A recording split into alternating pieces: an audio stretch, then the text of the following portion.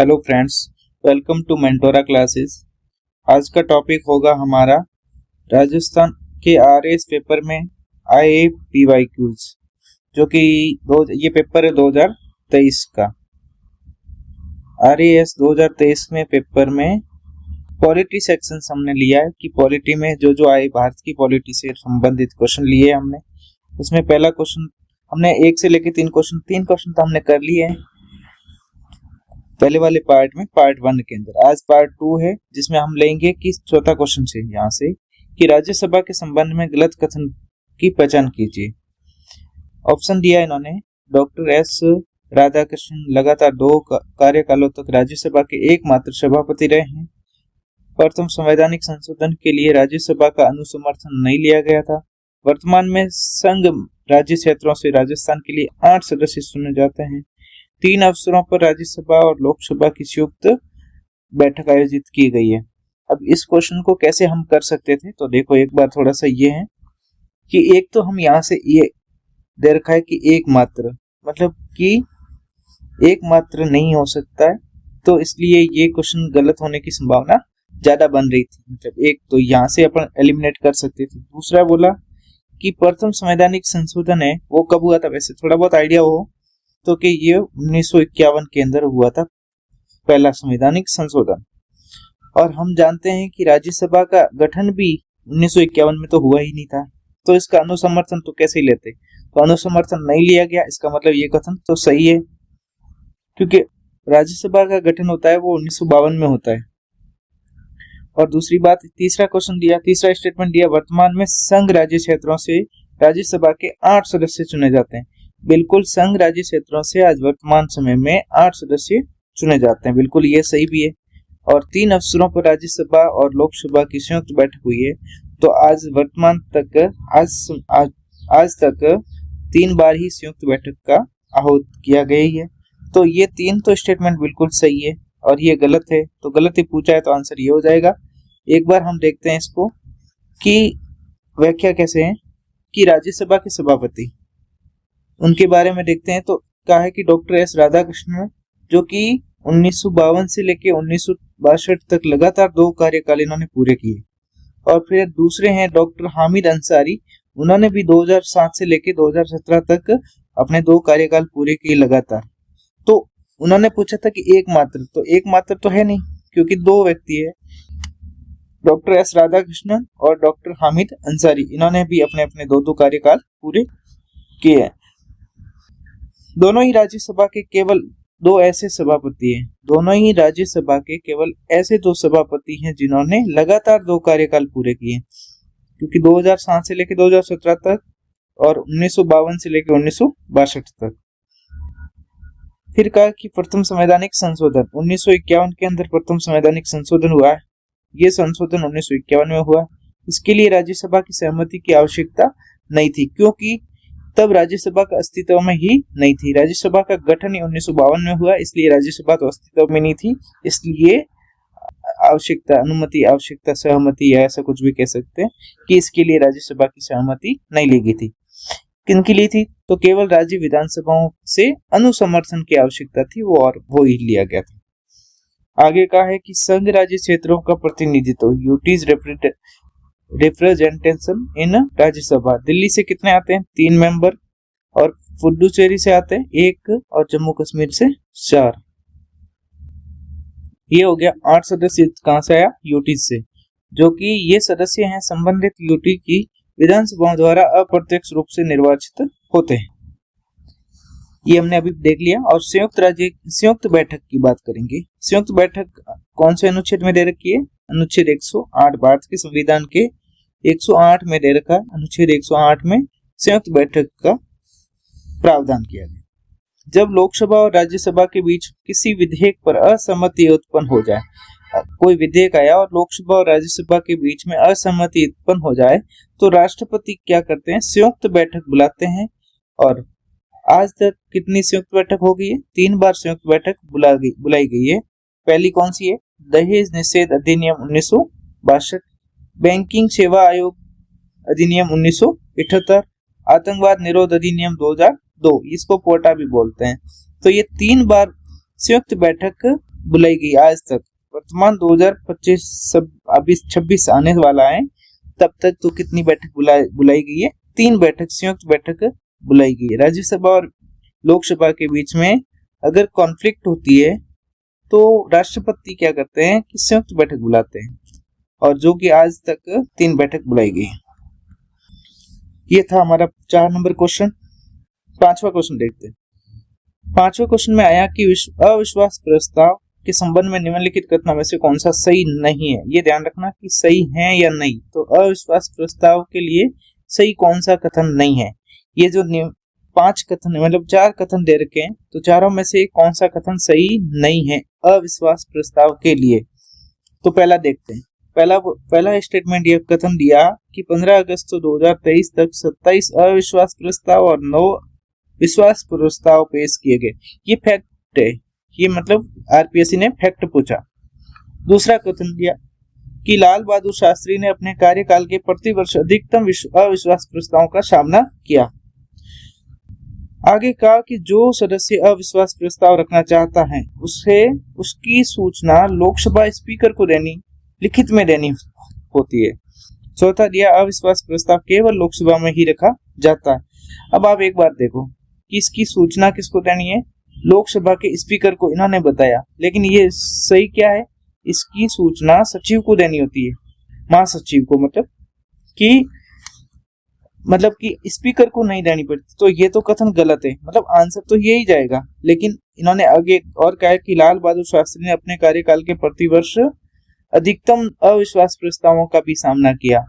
वैसे ये तो सही है, ये कथन सही है, लेकिन आरपीएससी ने इसको भी गलत माना है और इसको भी गलत माना। तो 2 कथन गलत होने की वजह से आरपीएससी ने इस क्वेश्चन को डिलीट ही कर दिया था। जब ऑफिशियल आंसर की आई तब इस 5वें क्वेश्चन का आंसर मतलब क्वेश्चन को डिलीट कर दिया। बताया गया कि ये और ये दोनों स्टेटमेंट को इन्होंने गलत बताया, इसलिए कि इस क्वेश्चन को डिलीट कर दिया गया। और 15 अगस्त 2023 तक 27 अविश्वास प्रस्ताव आए थे और 9 विश्वास प्रस्ताव लाए गए थे। तो हम व्याख्या में देखते हैं कि कौन से कथन क्या क्या है। ये मैंने नोट में भी दे दिया कि विकल्प 2 व 3 दोनों गलत होने के कारण इस प्रश्न को निरस्त कर दिया गया, यानी आरपीएससी ने प्रश्न डिलीट कर दिया। अविश्वास प्रस्ताव या नॉन कॉन्फिडेंस मोशन।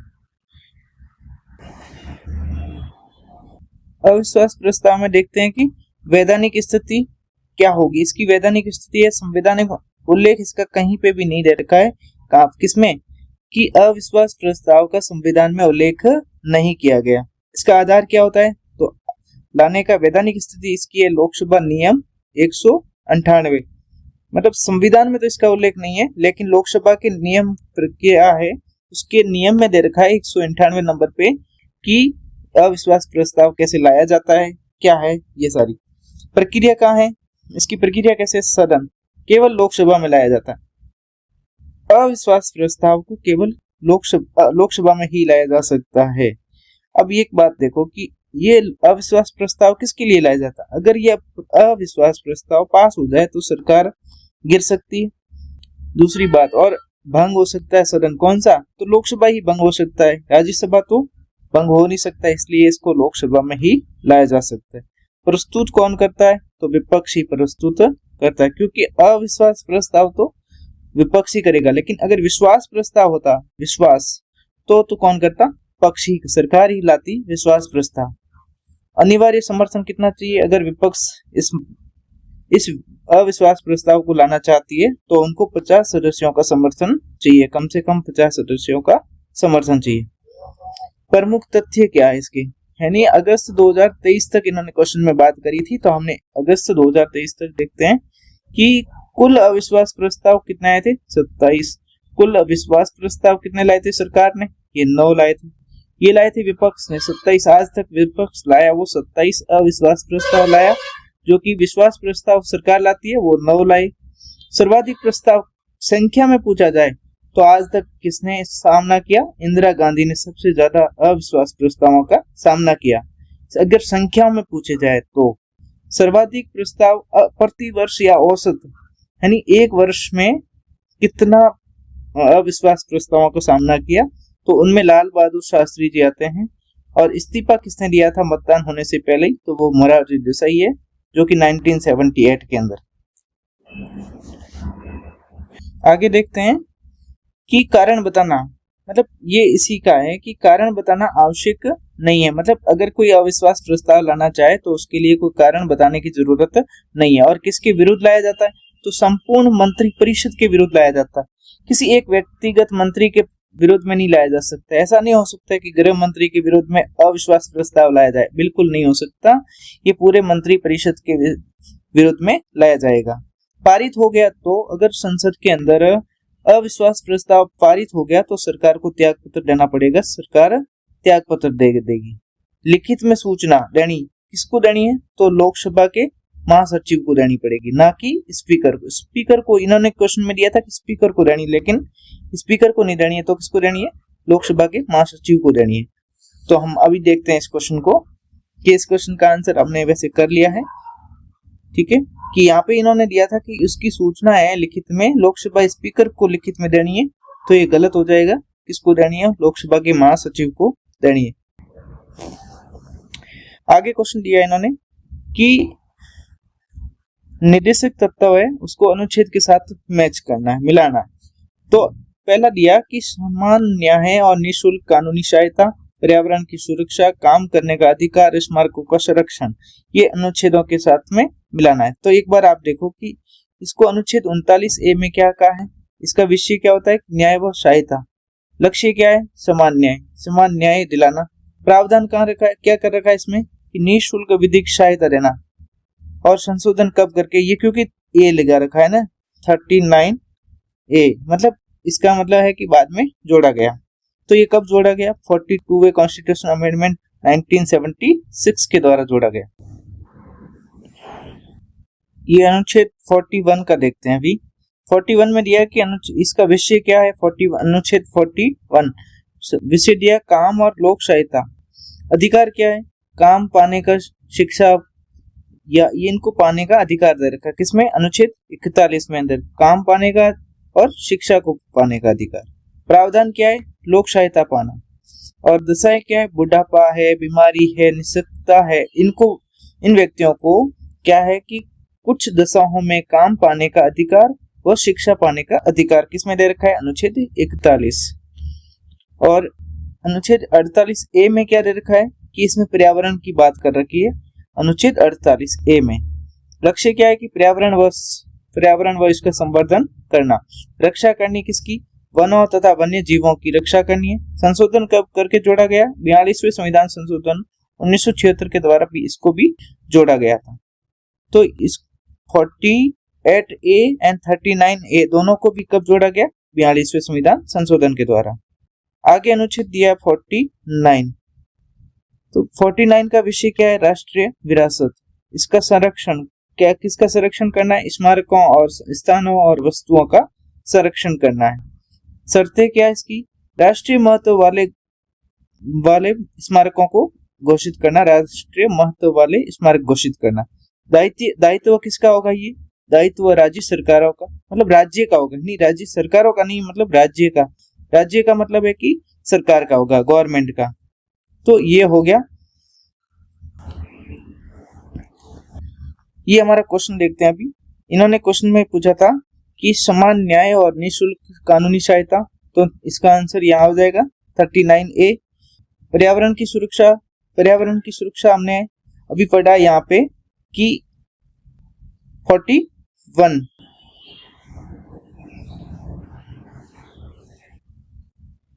आगे इसमें देखते हैं 41 है ना, 41 में इसमें क्या दे रखा है कि काम पाने का अधिकार। पर्यावरण की सुरक्षा हमने दे रखा है इसमें 48, ये भी 42वें संविधान संशोधन के द्वारा और ये भी 42वें संविधान संशोधन के द्वारा। और स्मारकों का संरक्षण कहाँ पे कर रखा है, तो 49 के अंदर।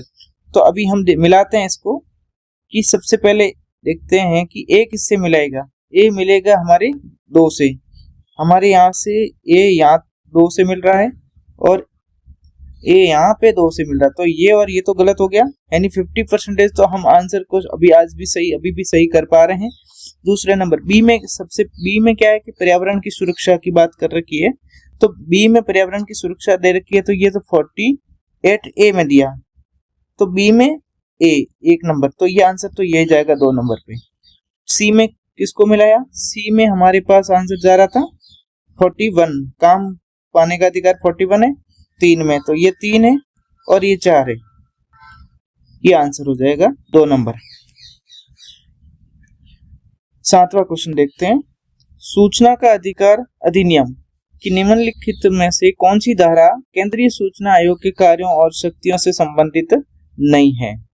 तो इसका आंसर तो इन्होंने डायरेक्ट दे रखा है 12 नंबर, 4 नंबर पे 12।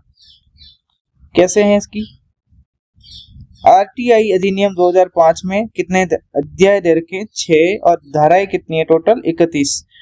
पहले अध्याय में दे रखा है प्रारंभिक अनुभाग, जो कि धारा 1 से लेके 2 तक, और अध्याय 2 में सूचना का अधिकार व सार्वजनिक लोक प्राधिकारियों की बाध्यताएं, जो कि धारा 3 से 11 तक अध्याय 2 में आए। धारा 12 से लेके 14 तक है वो अध्याय 3 में है, वो केंद्रीय सूचना आयोग की बात करता है, जो कि धारा 12 से 14 में। अध्याय 4 में धारा 15 से लेके 17 तक है, राज्य सूचना आयोग की बात है। और अध्याय 5 में धारा है 18 से लेके 20 तक, जो कि सूचना आयोगों की शक्तियां, कृत्य, अपील और शक्तियां, ये किसमें दे रखा है? 18 से 20 तक। और अध्याय 6 में प्रकीर्णन दे रखा है, जो कि धारा है 21 से 31 में। इंपॉर्टेंट धारा ये देखते हैं कि धारा 3 में क्या कह रखा है? सूचना का अधिकार। धारा 4 में लोक प्राधिकारियों की बाध्यताएं। धारा 5 में लोक सूचना अधिकारियों का पद नाम दे रखे हैं। धारा 12 में केंद्रीय सूचना आयोग का गठन कैसे होगा, वो धारा 12 में दिया। धारा 8 में दिया कि सूचना के प्रकट किए जाने से छूट, और धारा 15 में दिया राज्य सूचना आयोग का गठन कैसे होगा। 18 में दिया सूचना आयोगों की शक्तियां और कृत्य। 25 में दिया मॉनिटर करना और इसको रिपोर्ट करना। ये था हमारा क्वेश्चन 7 नंबर। आगे हमारा क्वेश्चन है 8 नंबर, देखते हैं। 8 नंबर क्वेश्चन में कहा है कि किस आयोग ने अंतरराज्यीय परिषद के स्थान पर अंतर सरकारी परिषद की स्थापना की सिफारिश करी थी? कि कौन से आयोग ने अंतरराज्यीय परिषद के स्थान पर अंतर सरकारी परिषद की गठन करने की सिफारिश करी थी? तो आंसर तो हमारा इसका सरकारी आयोग है, वही आएगा, क्योंकि सरकारी आयोग ने कहा था कि अंतरराज्यीय परिषद है, उनके स्थान पे अंतर सरकारी परिषद का गठन किया जाए। तो राजमन्ना ये आयोग नहीं, तेली आयोग नहीं, प्रशासनिक सुधार आयोग नहीं, ये आंसर तो आएगा सरकारी आयोग। देखते हैं व्याख्या में कैसा है। सरकारी आयोग का है, ये कब बना था? 1983 to 88 तक। सिफारिश इन्होंने क्या क्या करी थी? कि अनुच्छेद 263 के तहत स्थायी परिषद का गठन किया जाए। इसमें क्या विशिष्ट सुझाव क्या दिए थे इन्होंने? कि नाम कहा था कि अंतरराज्यीय परिषद है, उनके बजाय क्या होना चाहिए? अंतर सरकारी परिषद होना चाहिए। इन्होंने तर्क क्या दिया? कि इसमें केवल राज्य हैं, केंद्र व राज्य दोनों शामिल हैं। मतलब इसमें केवल राज्य नहीं है, कौन होने चाहिए? केंद्र व राज्य दोनों शामिल होने चाहिए। ऐसा तर्क दिया था कि इनमें केंद्र और राज्य दोनों शामिल होने चाहिए, ना कि सिर्फ राज्य। इनका क्रियान्वयन कब हुआ? कि 1990 में वीपी सिंह की सरकार आती है, तब उनका गठन हुआ। कि सरकारी आयोग का गठन कब किया गया?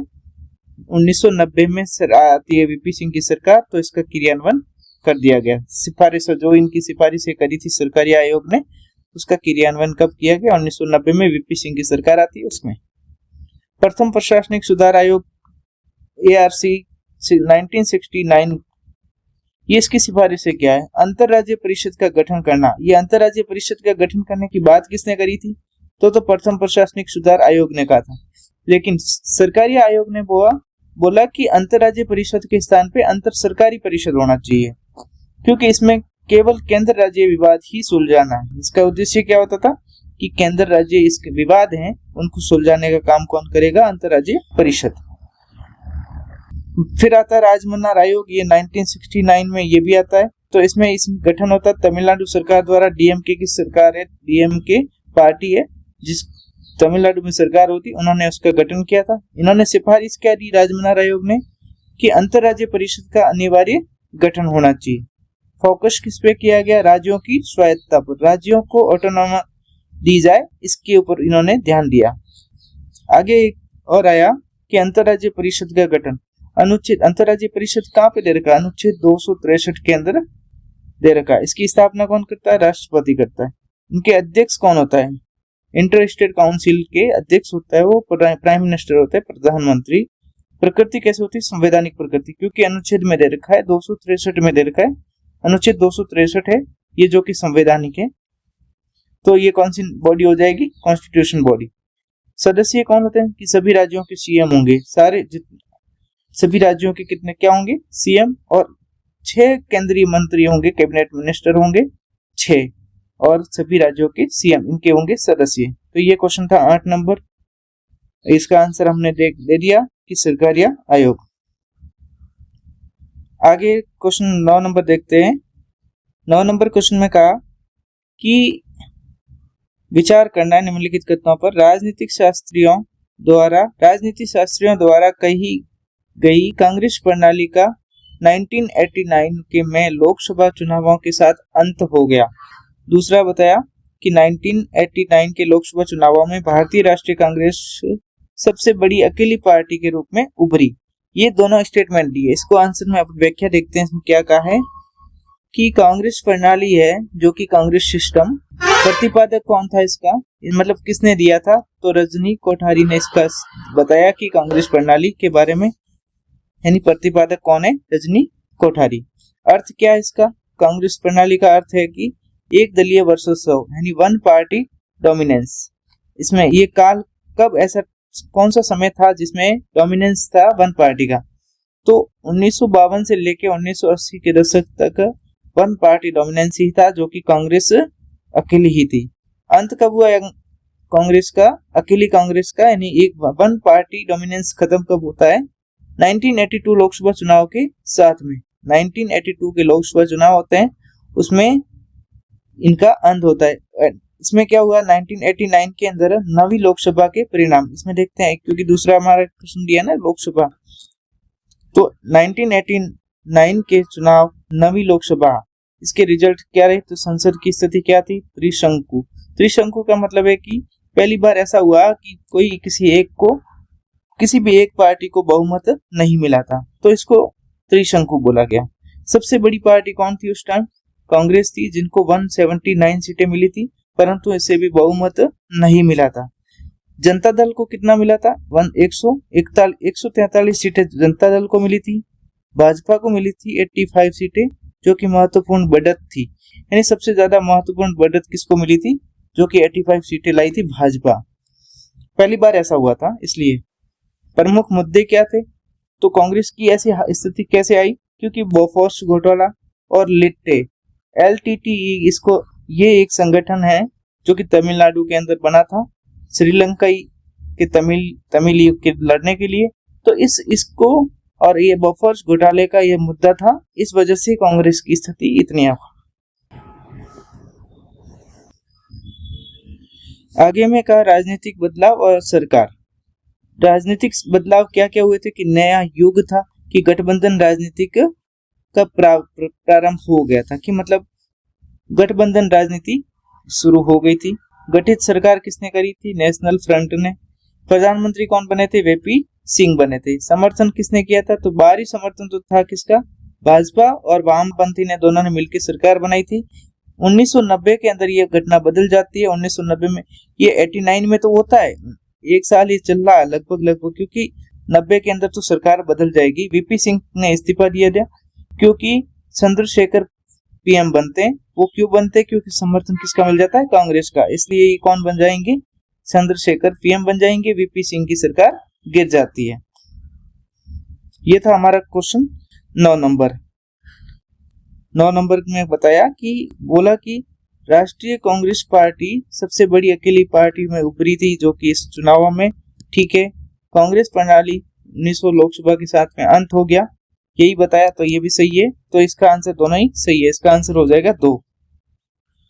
आगे क्वेश्चन दिया है कि कैग के बारे में, CAG को अनुच्छेद के साथ मिलाना है। CAG की नियुक्ति, CAG के कर्तव्य व शक्ति, संघ के खातों का प्रपत्र, ऑडिट और रिपोर्ट, ये देखना है। तो अनुच्छेद 48 में बताया कि इसका गठन और नियुक्ति, शपथ, सेवा शर्तें, ये सारे 1900 148 में दे रखा है। 1949 में 148 में दे रखा है गठन, नियुक्ति, शपथ, सेवा व शर्तें। 149 में दे रखा है इनकी कर्तव्य यानी क्या के कर्तव्य व शक्तियां। अनुच्छेद 150 में दे रखा है खातों का प्रारूप यानी राष्ट्रपति को सलाह देने का, और अनुच्छेद 51 में दे रखा है ऑडिटिंग व रिपोर्ट। तो यहाँ से देखते हैं कि अनुच्छेद हमने रिपोर्ट का काम यहाँ पे होगा। दूसरा बताया कि अनुच्छेद 148 है तो इसकी नियुक्ति का बात है।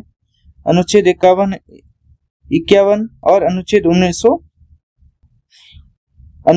50 तो हमने ये रिपोर्ट की बात करी थी। अनुच्छेद के की ये हो जाएगी नियुक्ति।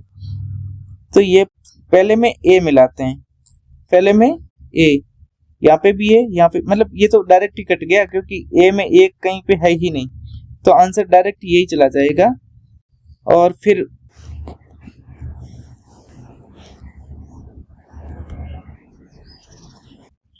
यहाँ से हमने पहले से मिलाया क्योंकि यहाँ तो था ही नहीं, इसमें था नहीं, डायरेक्ट आंसर तो वैसे यहीं से चला जाएगा। तो हमने पहले में क्या कहा था कि अनुच्छेद सीएजी की नियुक्ति कौन करेगा। अनुच्छेद 148 में बताया कि अनुच्छेद 148 में सीएजी की नियुक्ति का बात करेगी। सीएजी के कर्तव्य व शक्तियां किसमें दे रखी है, इसमें अनुच्छेद 149 के अंदर। तो ये 149 मतलब 3 के साथ मिलाएंगे, ये हो जाएगा 3। और खातों का प्रपत्र ये किसमें दे रखा है, अनुच्छेद ये अनुच्छेद आपके 50 में दे रखा है कि खातों का प्रपत्र। और ऑडिटिंग की बात कह रखी है वो अनुच्छेद 51 के अंदर दे रखा है। तो ये हो जाएगा डी के साथ 2, डी के साथ 2, ये आंसर आ जाएगा डायरेक्ट। 11 नंबर देखते हैं, क्वेश्चन नंबर 11। राष्ट्रपति चुनाव 2022 में राजस्थान विधानसभा के प्रत्येक सदस्य का मत मूल्य बताना है कि राजस्थान विधानसभा के प्रत्येक सदस्य का मत का मूल्य कितना है राष्ट्रपति चुनाव में। तो हम जानते हैं कि ये तो आंसर डायरेक्ट फैक्चुअल है, 129 आंसर है। कैसे आएगा राष्ट्रपति चुनाव मत मूल्य कैसे निकालते हैं, तो आधार व विधि क्या है। आधार तो इसका माना जाता है जनगणना आधार, जो कि कब की, 1971 की। ये 2026 तक स्थिर कर दिया है, कौन से संविधान संशोधन करके, 84वां कॉन्स्टिट्यूशन अमेंडमेंट करके, कि 2026 तक हमारी जनसंख्या 1971 की थी, वहीं का आधार लिया गया। और मतदाता कौन कौन होंगे, केवल निर्वाचित विधायक होंगे, केवल निर्वाचित ही होंगे, मनोनीत सदस्य इसमें शामिल नहीं होंगे। सूत्र क्या है, इसका फॉर्मूला है कि 1971 की जनसंख्या अपॉन कुल विधायक इंटू 1/1000 से गुणा करने। तो देखते हैं राजस्थान की स्थिति में कैसे आएगा कि 1971 की जनगणना थी, यह जनसंख्या थी, वो थी 2,57,65,806 लोग, और कुल विधायक कितने हैं, 200 सीटें हैं विधायकों की। तो कुल जनसंख्या 1971 की कुल जनसंख्या अपॉन 200 का भाग देंगे और गुणा करेंगे 1/1000 से, तो यह आएगा 128.82। तो ये इनका पूर्णांक हम राउंड फिगर निकालेंगे तो 129 प्रति विधायक का मत मूल्य होगा। तो इसका आंसर यही आ जाएगा 129। इन्होंने कहा है कि RS 2015, 16, 18 और 24 में भी पूछा जा चुका है। आगे ये थे हमारे क्वेश्चन जो कि RS 2023 में आए हुए थे।